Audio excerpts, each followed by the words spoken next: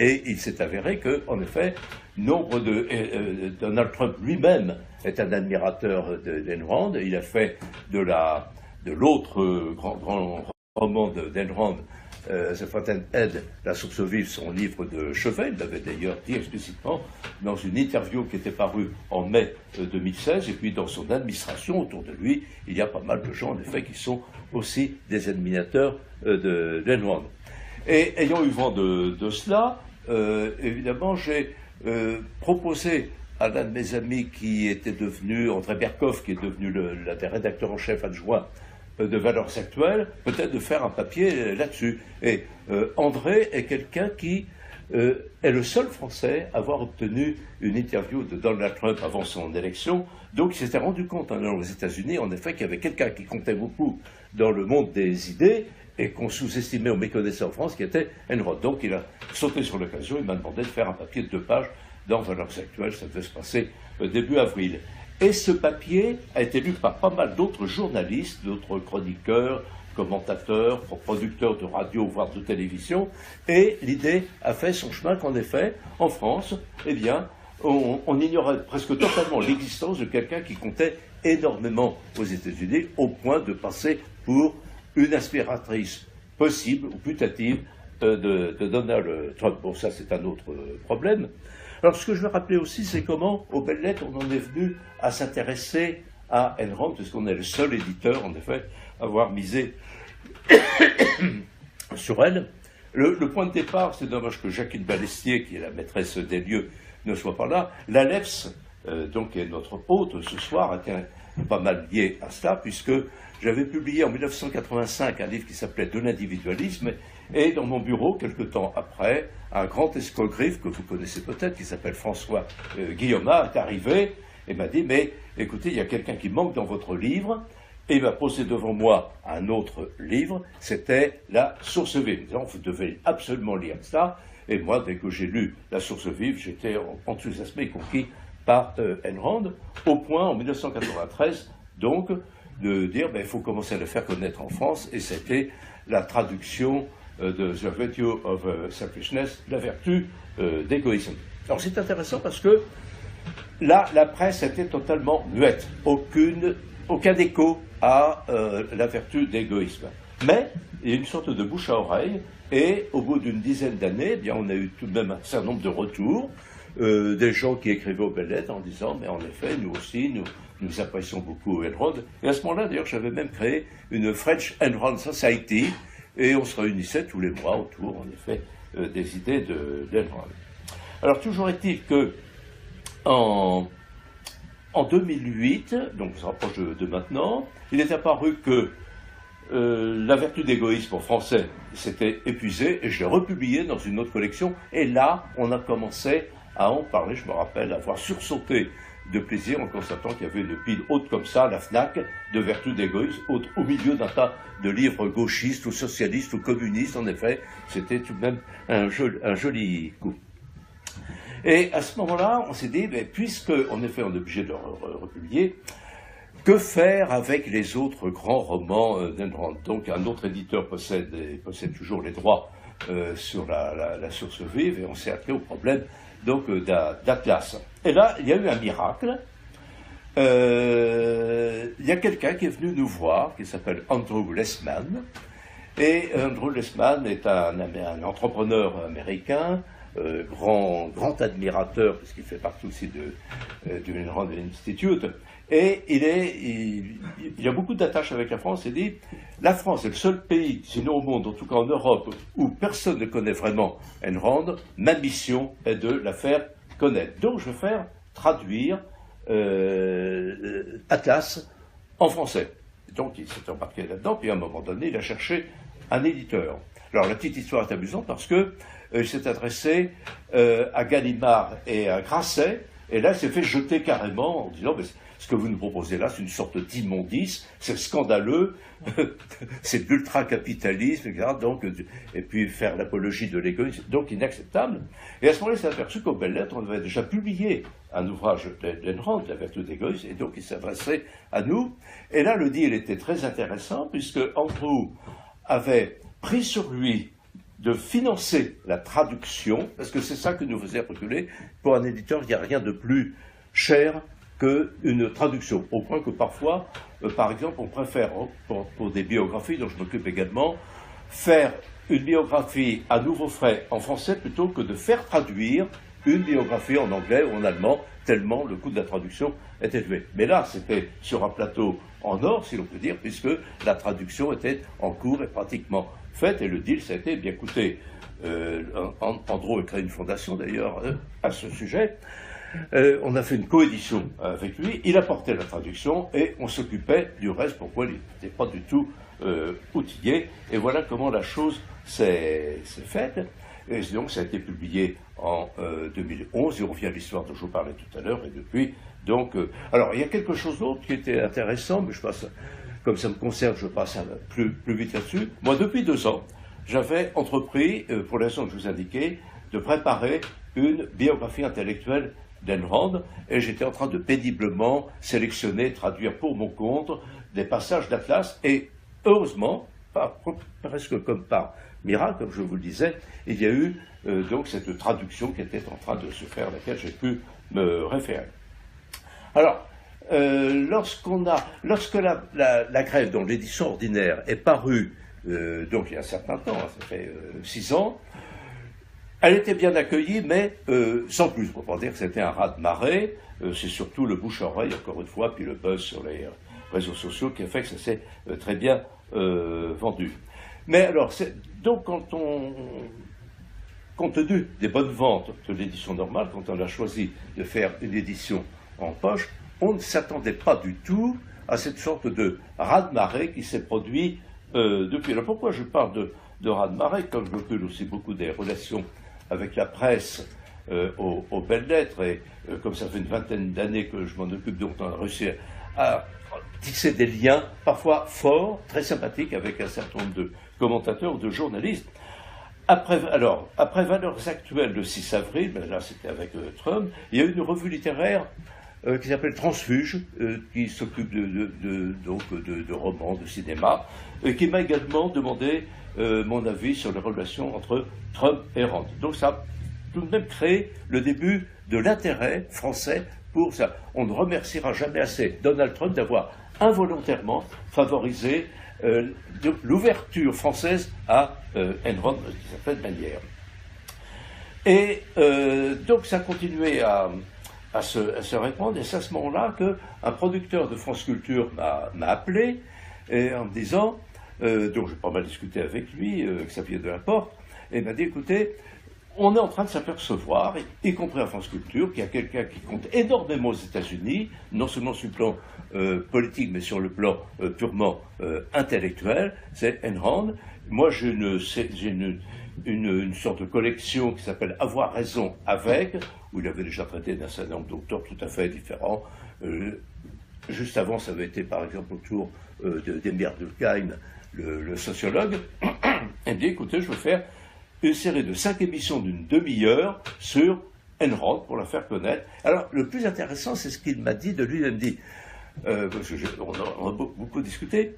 Personnellement, je ne suis pas du tout favorable aux idées d'Ayn Rand, mais je me rends compte qu'elle compte énormément, que c'est une pensée forte, et il est important de la faire connaître. Et en France, quand on tombe sur ce genre d'esprit, je ne suis pas d'accord, mais en effet, ce qui compte avant tout, c'est qu'elle soit connue, que ceux qui peuvent s'y intéresser puissent la lire, c'est tout de même quelque chose d'assez remarquable. Peu de temps après, d'ailleurs, il me rappelle en me disant, mais j'ai des amis producteurs également en France Culture qui veulent faire une émission assez importante sur le grand architecte américain Frank Lloyd Wright. Et vous savez que c'est lui qui a été la source d'inspiration d'Ayn Rand dans La Source Vive, dans un Fountainhead. Et du coup, autre émission à France Culture sur Frank Lloyd Wright, et ça a pratiquement tourné à, mais qui est donc cette Ayn Rand qui s'était lié d'amitié pendant un temps avec Frank Lloyd Wright. Donc il y a eu tout ça qui s'est passé à France Culture. Donc voilà, j'ai fait la liste de tous les supports, comme on dit dans les médias, qui sont intéressants. Alternative économique, que vous connaissez peut-être, qui est le mensuel gauchiste sur l'économie, a publié toute une page. Alors là, ils se parlaient du couple habituel, c'est la prêtresse de l'ultralibéralisme, de l'égoïsme sordide, etc. Mais il y en avait une page, il était obligé de compter avec. Dans l'Express, la grève, la version poche, était présentée au début juillet, le 5 juillet exactement, comme un livre culte, donc un livre à lire sur les plages. Et puis il y a eu quelque chose d'autre aussi d'extrêmement intéressant. Un rédacteur en chef des Échos me contacte et me dit, écoutez, on veut faire quelque chose sur Enron. Et il y a eu ce superbe dossier que je vais avoir quelque part avec moi, d'environ 7 ou 8 pages, là j'ai en version rétrécie, donc 8 pages c'était les Échos Week-end sur Enron. Enron, la libérale capitale. Alors là aussi, je lui ai demandé, parce qu'il y a un autre bon génie, Andrew Lessman, qui a favorisé tout cela. Il se trouve que ce journaliste Guillaume Beaujean, ce rédacteur en chef, finance des Échos, avait longtemps travaillé avec Henri de Castres. Plusieurs d'entre vous doivent savoir qui est Henri de Castres, l'ancien PDG d'AXA. Et Henri de Castres, depuis assez longtemps, était conquis aussi par Enron, au point, alors ça fait le buzz un peu dans tout Paris, au point, donc quand il y avait des réunions de son conseil d'administration, il offrait des exemplaires de la grève à toutes les personnes qui étaient présentes. Évidemment, on lui envoyait très vite la version poche pour que ce soit tout de même plus malléable pour ses invités.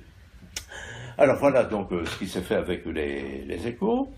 Alors quelque chose qui est peu connu, la chaîne de télévision Arte s'est également intéressée à Enron. Dans la petite recension qui a été présentée ce jour-ci sur Contrepoint, elle n'est pas comptabilisée.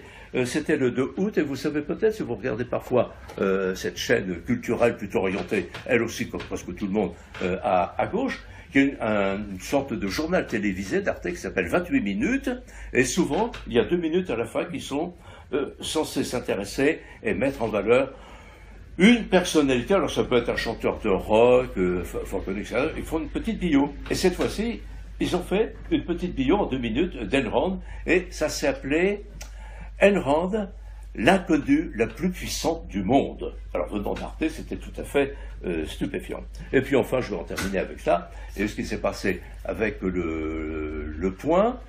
Et dans le Point, donc, son chroniqueur économique, Pierre-Antoine Delomey, a fait à son tour 2 pages sur Enron. Donc c'est la publication de la version poche qui a été à l'occasion de cette sorte de tsunami. Récemment, il y a encore eu Challenge, Management, etc. Donc je ne compte plus tous les échos qui ont été accordés à Enron. Alors ce n'était pas la première fois, mais ce qui était symptomatique là, et qu'il faut essayer d'interpréter, c'est que, en effet, il y a eu une quinzaine de recensions qui se sont suivies. Alors, ce n'était pas la première fois, parce que, je le rappelle tout de même votre mémoire, dans Philosophie Magazine, eh bien, si vous voyez, regardez en bas, il y a Enron et l'égoïsme, et Philosophie Magazine m'avait demandé de préfacer. Ils ont publié dans un petit cahier qui est au centre, et que voilà, Philosophie Magazine, n'est-ce pas, Enron, et il y avait d'importants passages de la grève que j'ai préfacés. Ça se passait il y a environ 1 an et demi. Donc, ce n'était pas la première fois que la presse y faisait écho, mais là, cette fois-ci, donc, ça a été tout à fait magnifique. Alors, j'en viens au deuxième point. C'est pourquoi il y a eu un tel accueil. Alors, donc, il y a quelque chose qui relève des circonstances, et moi, je ne néglige pas du tout cet effet Trump. Il y a d'autre part, si je peux dire, la stratégie éditoriale qu'on a suivie aux belles lettres. Parce que, comme j'ai souvent dit, du point de vue d'Enron, et au sujet d'Enron en tout cas, la France est une terre de mission. C'est-à-dire on est en terrain hostile au pays du social-étatisme roi. Par conséquent, si on aborde les choses frontalement, en arrivant comme la charge de cavalerie, youpi, il y a quelqu'un de génial qui s'appelle Enron, et il y a quelqu'un qui compte dans le monde, on est sûr de se faire jeter. Donc feuiller plus en douceur. Et au fond, le choix qu'on a fait, c'est tout simplement un choix professionnel, c'est-à-dire de faire bien notre travail d'édition, d'y aller en douceur et sans faire de forcing intempestif. Et c'est ça qui a marché.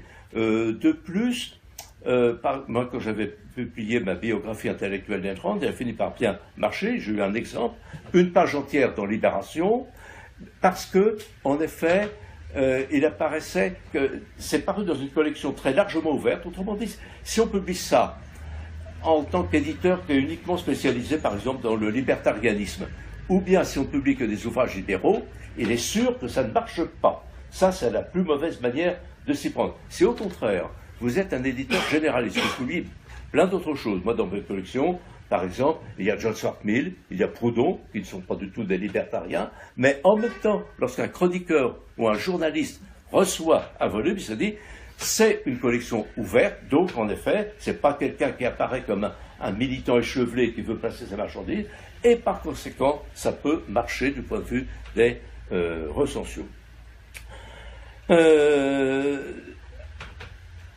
contexte hors Trump a beaucoup compté. Vous savez qu'au moment où il y a eu aux États-Unis le Tea Party, là aussi, il y avait un buzz énorme aux États-Unis, il y avait une sorte de retour d'Ayn Rand sur le devant de la scène, puisqu'il y avait des gens qui se promenaient dans les manifestations et rassemblements du Tea Party avec John Galt is back, ou des choses comme ça, ou I am John Galt, carrément, pourquoi pas, et par conséquent, et ça a été connu en France. Et à ce moment-là, on avait un petit peu parlé aussi, c'est le début d'un certain intérêt français pour Ayn Rand.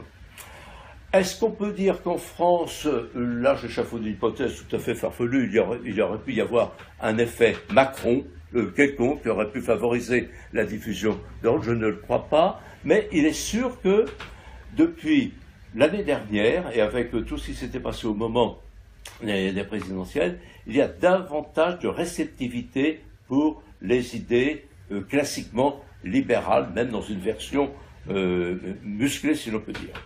Il y a quelque chose d'autre aussi qui a joué en faveur de la diffusion et de la réception très positive de la grève maintenant en France, c'est que, assez génialement, Ayn Rand a choisi la voie de la fiction, de la littérature, pour diffuser ses idées. C'était le cas même avec déjà la source vive. Et en France, on aime bien la littérature, le fait que ces idées soient portées par un roman et non pas par un ouvrage économique ou philosophique, etc., ça a également marché aux États-Unis. Si vous comparez les ventes d'Ayn Rand et par exemple de Hayek ou Mises, il n'y a pas photo. Il y en a 100 fois plus pour Ayn Rand. Donc et en France, donc, le choix de la voie littéraire a beaucoup compté. Il y a des gens qui n'adhèrent pas tellement aux idées d'Ayn Rand, mais qui sont conquis par le roman lui-même, et sait-on jamais, ça peut contribuer à infuser. Je terminerai en essayant de répondre plus au fond sur la question, mais pourquoi est-ce que maintenant Ayn Rand peut être importante en France? Alors je crois que, en s'appuyant sur sa pensée, il y a trois choses qui sont dominantes en France, dans la pensée courante, c'est-à-dire aussi bien dans l'intelligentsia que dans les médias: l'anticapitalisme, l'anti-individualisme et l'antirationalisme. Or, il se trouve que sur ces trois points, le capitalisme, l'individualisme, le rationalisme, Ayn Rand apporte quelque chose de tellement important qu'elle est pratiquement seule à pouvoir le faire sur le plan des idées.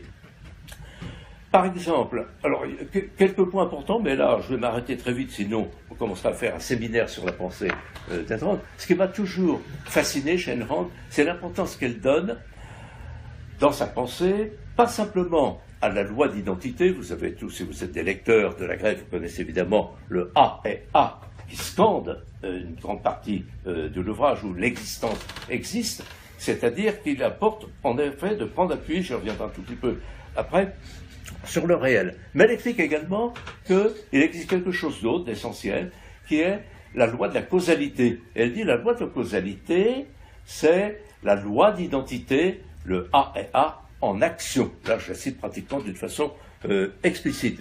Et ça donne quoi dans la réalité? Bien, ça donne par exemple quelque chose qui m'a toujours frappé chez elle, c'est l'importance qu'elle accorde au earned deserved, au gagné et mérité. C'est-à-dire que la loi de la causalité s'applique aux êtres humains, et quand les êtres humains, quand les individus produisent des efforts qui sont productifs et efficients, eh bien, il est absolument légitime, logique, normal qu'ils reçoivent la récompense. Et vous avez la base morale du capitalisme selon Ayn Rand. Donc, voyez-vous, partir d'idées extrêmement philosophiques sur la relation entre l'identité, la causalité, etc., en passant par la médiation de la responsabilité individuelle, c'est quelque chose qui peut servir, comme elle voulait le faire, à fonder moralement le capitalisme.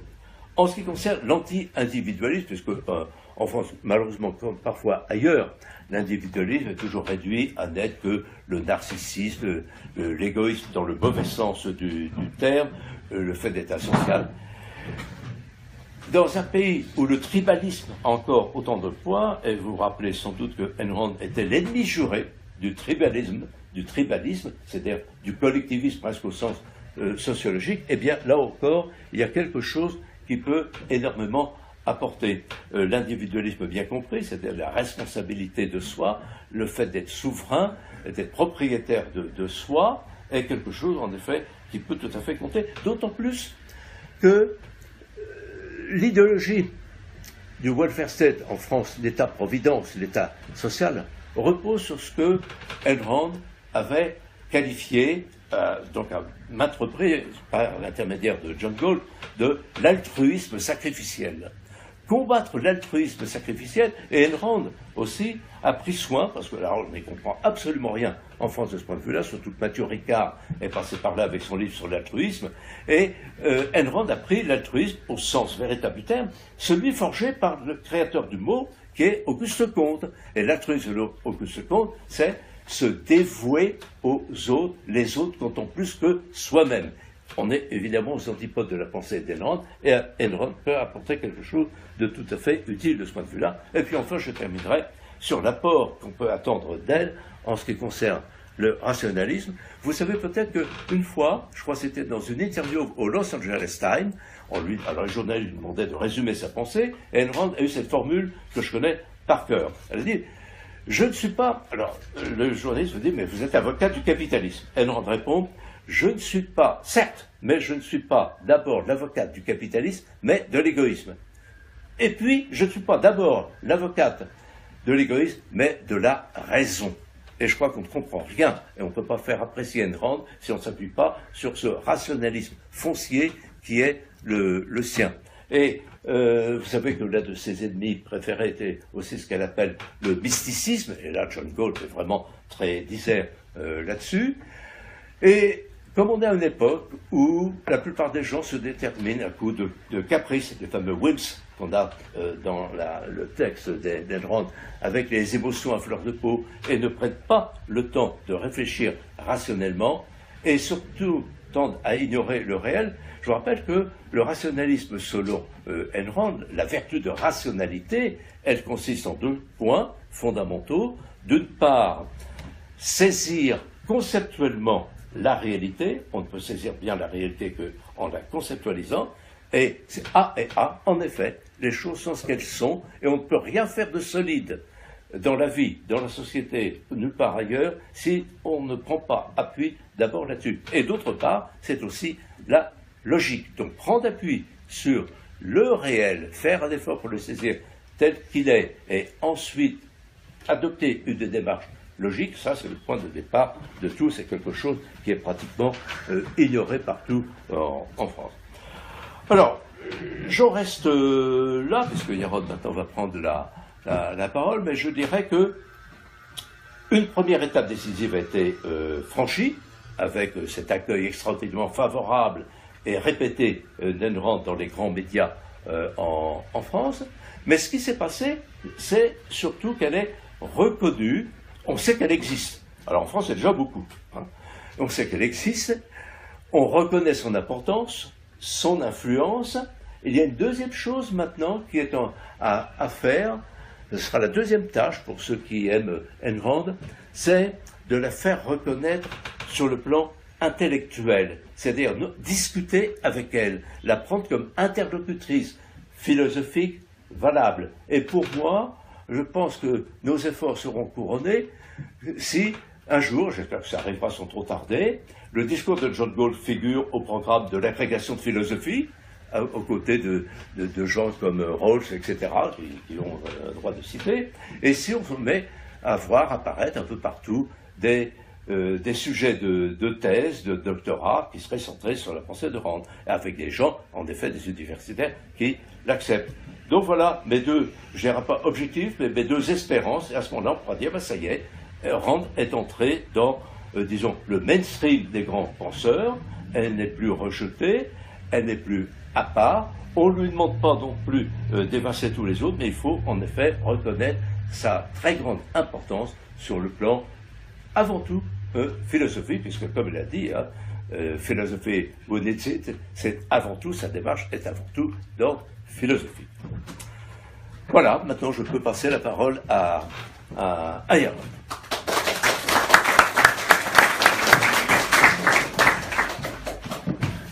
Before we start, there are seats here. Why don't we take advantage of the break? Plenty of chairs. Okay, let me start with an apology. I can't speak French. I don't understand a word. I don't know what Alain just said, other than he mentioned Donald Trump a few times, and egoist. That's about it. That's my vocabulary in French. So I apologize, and if I repeat or contradict, I hope not, but anything Alain said, then I apologize, and hopefully we'll have some time afterwards for some questions. So I was asked to speak about why France needs Ayn Rand. Now, I don't know that I know enough specifically about France to say why France needs Ayn Rand, but I will talk about why Western civilization needs Ayn Rand, and France being, I think, a core member of what Western civilization is, and from where Western civilization came. I think the implication is obvious in terms of the specific context of France. I think that Ayn Rand believed, and I agree, that Western civilization is an incomplete project. It has not been finalized. Indeed, as a consequence, it is today in decline and in real danger in the world out there. And when I talk about Western civilization, just to be clear, I'm not talking about a race or a geography or a place. I'm talking about a set of ideas that I will get to. Right? So I think Western civilization is under threat. It has been under threat before. It seems to survive the threats in the past. But I'm not sure that it is up to surviving today. And this is why I think Western civilization needs Ayn Rand. I think Ayn Rand completes the project that is Western civilization, that begun during the Enlightenment, or just before the Enlightenment, really reached its flourishing, if you will, during the Enlightenment. A project that we have been living the benefits of for the last 200 years, but a project that has been under attack. The Enlightenment has been under attack, and to me, the Western civilization is the Enlightenment, under attack constantly, consistently, systematically, really since the beginning of the 19th century, the end of the 18th century. One Frenchman and one German are primarily responsible, and I'd say the two people most responsible for the attacks on the Enlightenment were Rousseau and Kant. So what is the Enlightenment? What is Western civilization? What is the core of Western civilization, and ultimately what can Ayn Rand add to these foundational, these ideas? Why do we so desperately need her? Western civilization, in my view, is basically two ideas. The first being the efficacy of reason. The idea that reason is our means of knowing the world. The idea that reason is efficacious. It is possible to know the world through our senses and through our ability to form concepts to understand the world out there, to integrate it, and to integrate it to discover new knowledge. I think the first great thinker, in a sense, of the Enlightenment was Isaac Newton.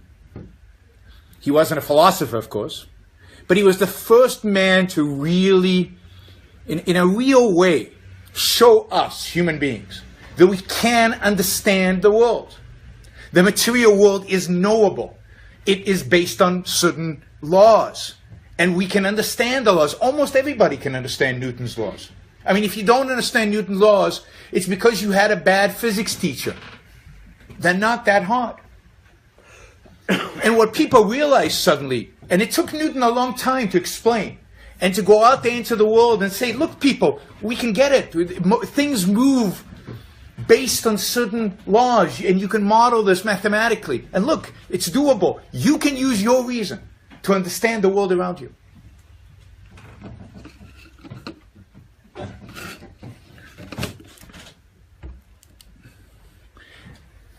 Because before that, where did knowledge come from? Well, dominantly in the world, knowledge, people assume, came from revelation of one form or another. Whether religious revelation, through the Pope, and then maybe, the Protestants said, no, the Pope doesn't have a unique relationship to God, we all have. So each one of us had a relationship to God, and therefore each one of us could get the revealed truth. But the truth was revealed. It wasn't known. It wasn't induced from the facts of reality. It wasn't based on reason. Or it was a Platonic form, a secular form of revelation, where only the philosopher kings knew the real truth. We all live in a cave. We see shadows, if you know Plato's metaphor of the cave. We see shadows. Only the philosophers can see the light, can see real truth. Right? Newton says, in a sense, practically, no, all of us can discover truth. All of us have the tools to understand the real world. All of us can look at the sun and know the world. Now, that idea is profound. It's a resurrection. It's not a new discovery. It's an idea discovered by the Greeks. It's an Aristotelian idea. It's, in a sense, the reapplication of Aristotle to philosophy and to our lives that happens in the... L'attache avec la France, c'est dit, la France est le seul pays, sinon au monde, en tout cas en Europe, où personne ne connaît vraiment Ayn Rand. Ma mission est de la faire connaître. Donc je vais faire traduire Atlas en français. Donc il s'est embarqué là-dedans, puis à un moment donné, il a cherché un éditeur. Alors la petite histoire est amusante parce que il s'est adressé à Gallimard et à Grasset, et là il s'est fait jeter carrément en disant mais ce que vous nous proposez là, c'est une sorte d'immondice, c'est scandaleux, c'est de l'ultra-capitalisme, etc. Donc, et puis faire l'apologie de l'égoïsme, donc inacceptable. Et à ce moment-là, il s'est aperçu qu'aux Belles Lettres, on avait déjà publié un ouvrage d'Ayn Rand, La vertu de l'égoïsme, et donc il s'adressait à nous. Et là, le deal était très intéressant, puisque Andrew avait pris sur lui de financer la traduction, parce que c'est ça que nous faisait reculer. Pour un éditeur, il n'y a rien de plus cher qu'une traduction, au point que parfois, par exemple, dans Valeurs Actuelles, ça devait se passer début avril. Et ce papier a été lu par pas mal d'autres journalistes, d'autres chroniqueurs, commentateurs, producteurs de radio, voire de télévision, et l'idée a fait son chemin qu'en effet, en France, eh bien, on ignorait presque totalement l'existence de quelqu'un qui comptait énormément aux États-Unis, au point de passer pour une aspiratrice possible ou putative de Donald Trump. Bon, ça c'est un autre problème. Alors ce que je veux rappeler aussi, c'est comment, aux Belles Lettres, on en est venu à s'intéresser à Ayn Rand, puisqu'on est le seul éditeur, en effet, à avoir misé sur elle. Le point de départ, c'est dommage que Jacqueline Balestier, qui est la maîtresse des lieux, ne soit pas là. L'ALEPS, donc, est notre hôte ce soir, était pas mal lié à cela, puisque j'avais publié en 1985 un livre qui s'appelait De l'individualisme, et dans mon bureau, quelque temps après, un grand escogriffe que vous connaissez peut-être, qui s'appelle François Guillaume, est arrivé. Et il s'est avéré que, en effet, Donald Trump lui-même est un admirateur d'Ayn Rand. Il a fait de l'autre grand roman d'Ayn Rand, The Fountainhead, la source vive, son livre de chevet. Il l'avait d'ailleurs dit explicitement dans une interview qui était parue en mai 2016. Et puis dans son administration, autour de lui, il y a pas mal de gens, en effet, qui sont aussi des admirateurs d'Ayn Rand. Et ayant eu vent de cela, évidemment, j'ai proposé à l'un de mes amis qui était devenu, André Berkoff, qui est devenu l'un des rédacteurs en chef adjoints de Valeurs Actuelles, peut-être de faire un papier là-dessus. Et André est quelqu'un qui est le seul Français à avoir obtenu une interview de Donald Trump avant son élection. Donc il s'était rendu compte, aux États-Unis, en effet, qu'il y avait quelqu'un qui comptait beaucoup dans le monde des idées et qu'on sous-estimait ou méconnaissait en France, qui était Ayn Rand. Donc il a sauté sur l'occasion, il m'a demandé de faire un papier de 2 pages, donc on se rapproche de maintenant. Il est apparu que la vertu d'égoïsme en français s'était épuisée, et je l'ai republié dans une autre collection, et là, on a commencé à en parler. Je me rappelle avoir sursauté de plaisir en constatant qu'il y avait une pile haute comme ça, la FNAC, de vertu d'égoïsme, au milieu d'un tas de livres gauchistes ou socialistes ou communistes. En effet, c'était tout de même un joli coup. Et à ce moment-là, on s'est dit, puisque, en effet, on est obligé de republier, que faire avec les autres grands romans d'Ayn Rand? Donc un autre éditeur possède toujours les droits sur la source vive, et on s'est attelé au problème donc d'Atlas. Et là, il y a eu un miracle. Il y a quelqu'un qui est venu nous voir, qui s'appelle Andrew Lessman. Et Andrew Lessman est un entrepreneur américain, grand admirateur, puisqu'il fait partie aussi du Ayn Rand Institute. Et il a beaucoup d'années, et m'a dit, mais écoutez, il y a quelqu'un qui manque dans votre livre. Et il m'a posé devant moi un autre livre, c'était La Source Vive. Disant, vous devez absolument lire ça. Et moi, dès que j'ai lu La Source Vive, j'étais enthousiasmé et conquis par Ayn Rand, au point, en 1993, donc, de dire, il faut commencer à le faire connaître en France, et c'était la traduction de The Virtue of Selfishness, la vertu d'égoïsme. Alors c'est intéressant parce que là, la presse était totalement muette, aucun écho à la vertu d'égoïsme. Mais il y a une sorte de bouche à oreille, et au bout d'une dizaine d'années, on a eu tout de même un certain nombre de retours, des gens qui écrivaient aux belles lettres en disant, mais en effet, nous aussi, nous apprécions beaucoup Ayn Rand. Et à ce moment-là, d'ailleurs, j'avais même créé une French Ayn Rand Society, et on se réunissait tous les mois autour, en effet, des idées d'Ayn Rand. Alors, toujours est-il que en 2008,